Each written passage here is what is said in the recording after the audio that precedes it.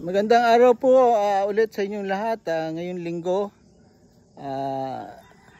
June 9, 2024. So, ito po yung bago naming area ng dragon fruit. So, hindi pa tapos yung mga gulong. Pero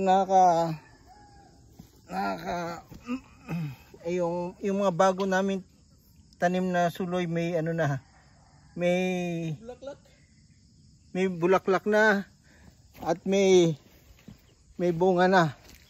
Nandito rin po yung tinanim naming mangustin na dahil sa tuloy-tuloy na ulan ay may mga bagong ano na rin, bagong dahon ang aming mangustin. Nandito rin yung aming mga kalamansi na marami na rin bunga at mga durian. Kulang pa ng mga gulong pero hindi pa humahaba yung mga suloy, kaya kahit 2 weeks pwede pang magtagal para sa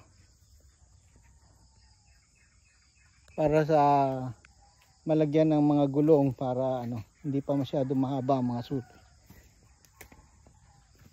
Ang ganda ng tubo pag talagang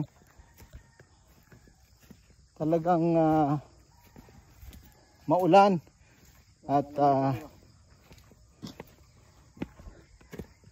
ito buhay kaya itong durian.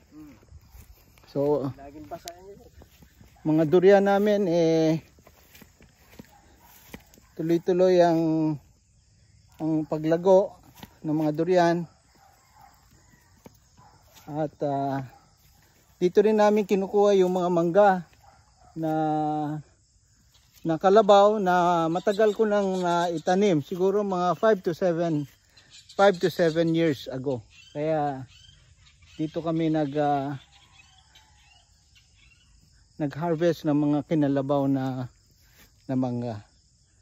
So yan po yung ito po yung bago naming tanim na dragon fruit, mangustin, durian at kalamansi.